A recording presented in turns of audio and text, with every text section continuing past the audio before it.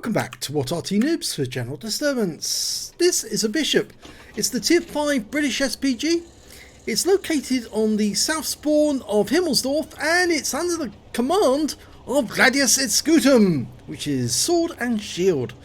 Well, the Bishop, 4.5 inch howitzer, capable of doing 450 alpha, penetrating 28mm of armour. But what's so dangerous about it is it's got a fabulous fire rate.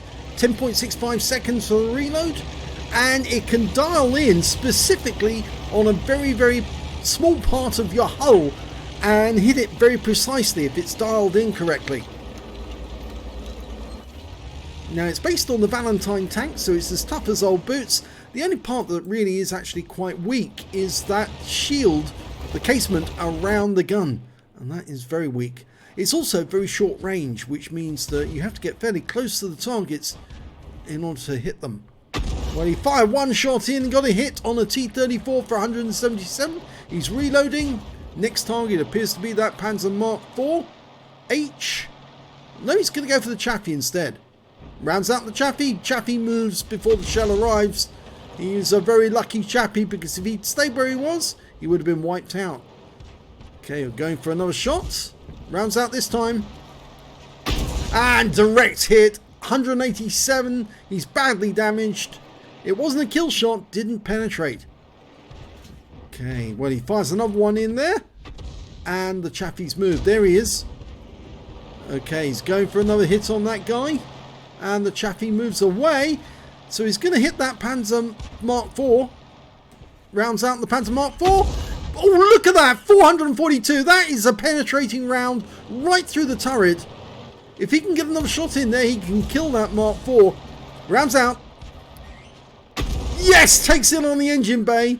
Okay, the next target's a T-14, which is a premium heavy tank. No, he's going to go for the Churchill instead, sitting behind the T-14. Rounds out.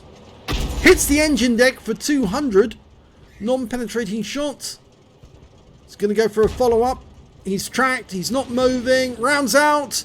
Here he comes. Hits the engine deck again. 164. That Churchill's in a sorry state now. He can't move away unless he uses his repair kit. And he may already have used it. Rounds out. And a kill shot. T-14's next. Okay, no, he's decided instead if he can get a shot into the KV-1. He can't. He's going for the T-14. Rounds out.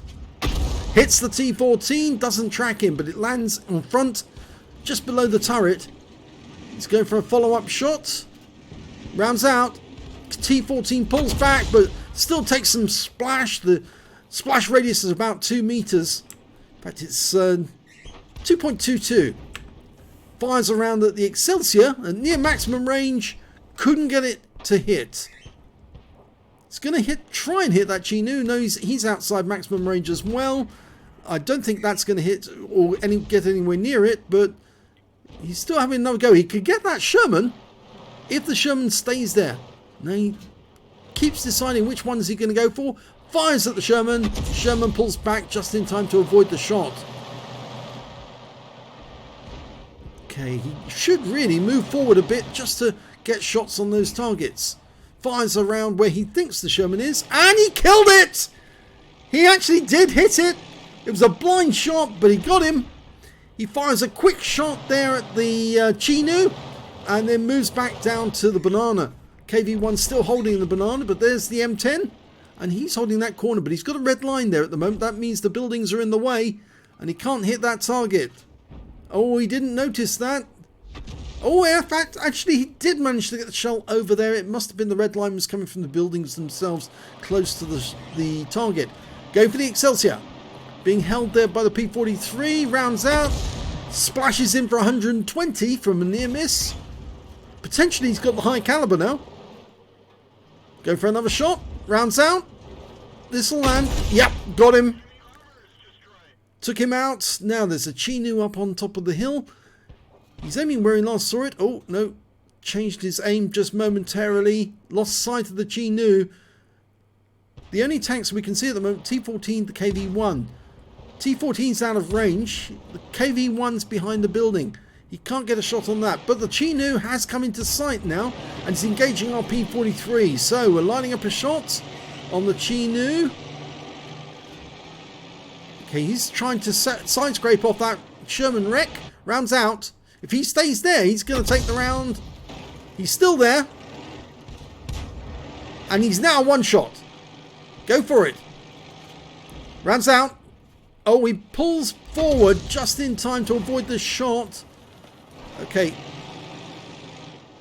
Pick a spot where you think he's going to be. And he's managed to kill the P-43, unfortunately. And that round is not going to hit the target. There's 5 enemies still alive. There's 6 on our team. The problem with the Bishop is the short range. It really is quite short, which means you have to get quite close to the enemy, but it also prevents you from hitting targets that are some distance away but still in sight. He's going for the M10. He fires around in and nearly hits it. He could wipe out that M10 with one shot if he can land it right into the cockpit. But he's chasing that KV-1 now. Now aim for the null point, the point at which it keeps moving backwards and forwards on. He got a hit, 163, tracked him. Now, can he get another shot before he fixes the track? Probably.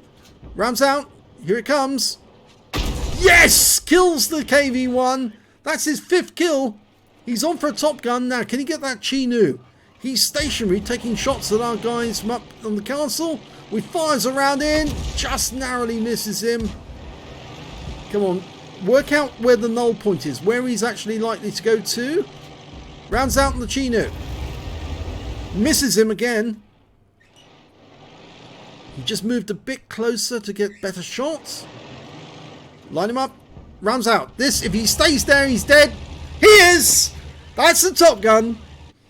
So there's 3 enemies left and he's got 2 rounds of ammunition. Only 2 left. He's blown virtually all of his ammo shooting at those targets, but he still wants to kill as many as he can. The P-43 is hiding in that corner. He's the last enemy. And that one hits the building. He's only got 1 shell left. Can you kill the P-43 with 1 shot? I think you can if you can get the engine deck. Rounds out. Yes, he gets it. That's a Fadens. He got the last enemy with the last shell in his mag and kills it to wins the game. Wow. That was a good game. Let's have a look at the end of battle stats. It was an ace tanker in the Bishop for Gladius at Scutum.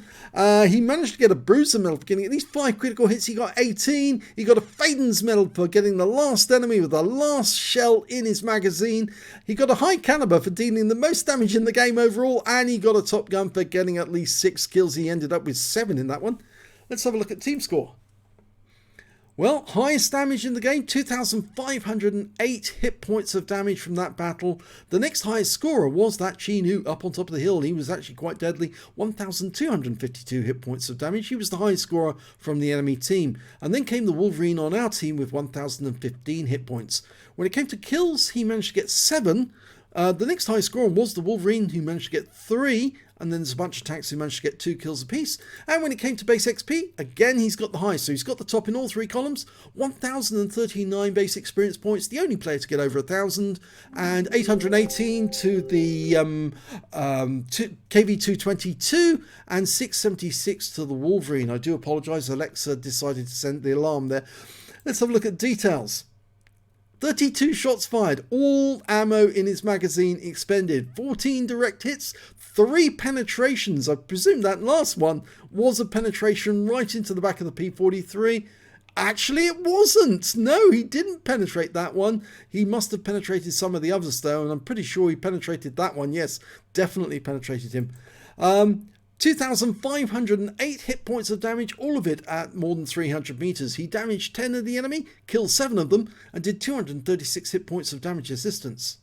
On a free-to-play account, he earned 29,135 credits, and after ammunition resupply, took away 21,135 credits. He got 7 bonds from that battle, huge number of medals. The Fadens is the most expensive. The high caliber and Top Gun are only worth 1 bond each. The Fadens, I believe, is a 5 bond medal. 1,039 base XP, times 2 for the first victory, 520 for completing the mission, and 2,598 experience points altogether. So a very good battle there in the Bishop. It's a difficult party to play, but Gladius at Scutum made that quite an easy game by firing from that little corner.